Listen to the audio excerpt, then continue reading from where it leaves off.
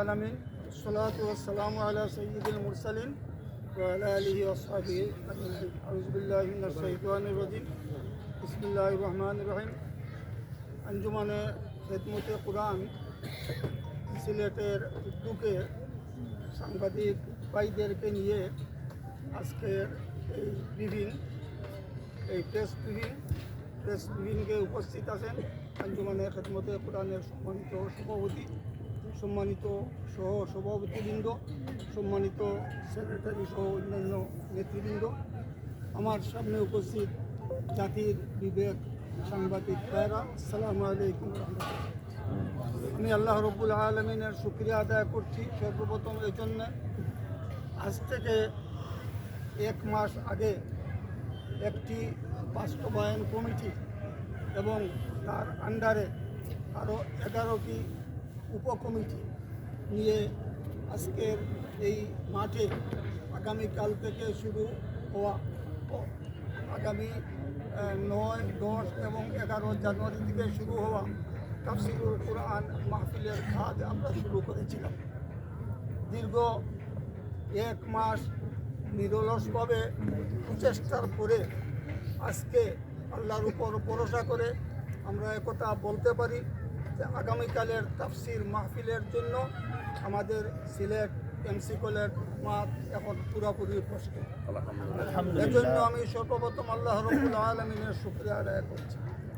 সাথে সাথে ধন্যবাদ জানাচ্ছি, মুবারকবাদ জানাচ্ছি আমার সেই সমস্ত সাংবাদিক ভাইদেরকে। বিগত 1 মাস যাবৎ আমরা দেখতে পাচ্ছি যে তারা আমাদেরকে বিভিন্নভাবে পরামর্শ দিয়ে আমাদের এই মাহফিলে যাতে সুন্দরভাবে বাস্তবায়ন হয়, মসজিদের এই মাহফিলের প্রচারণা চালিয়ে মানুষের কাছে আমাদের দাওয়াত পৌঁছিয়ে তারা যে সহযোগিতা করেছেন, এজন্য আজকে উপস্থিত এবং অনুপস্থিত সিলেটের সকল সাংবাদিক ভাইদেরকে আঞ্জুমানে খেদমতে কুরআনের পক্ষ থেকে আন্তরিক মুবারকবাদ জানাচ্ছি।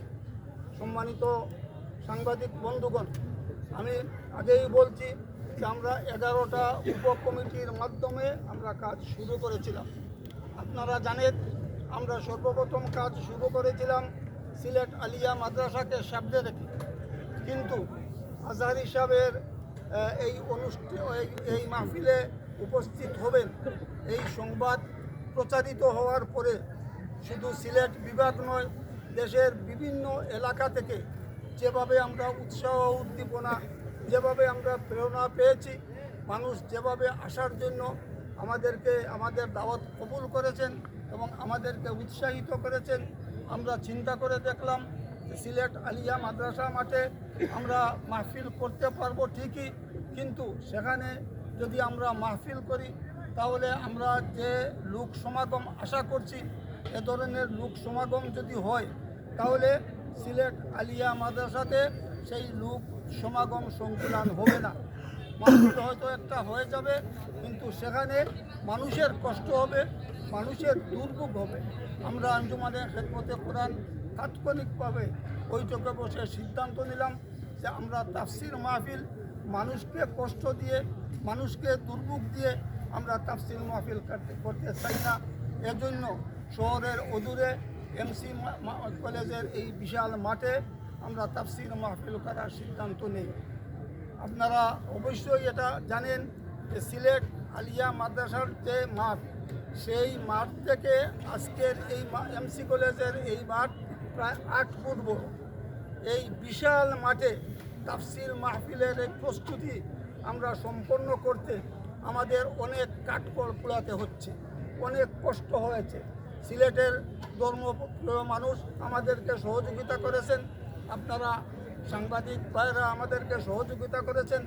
সকলের সহযোগিতার কারণে আল্লাহ রব্বুল আলমিনের খাস রহমতে আমরা আজকে এ পর্যায়ে উপস্থিত হতে পেরেছি এবং আমরা আজকে আল্লাহর উপর ভরসা করে এটা বলতে সাহস পাচ্ছি যে আগামীকালের তাফসির মাহফিলের জন্য সিলেট আলিয়া মাদ্রাসা মাঠ প্রস্তুত, সিলেট এমসি কলেজের মাঠ প্রস্তুত।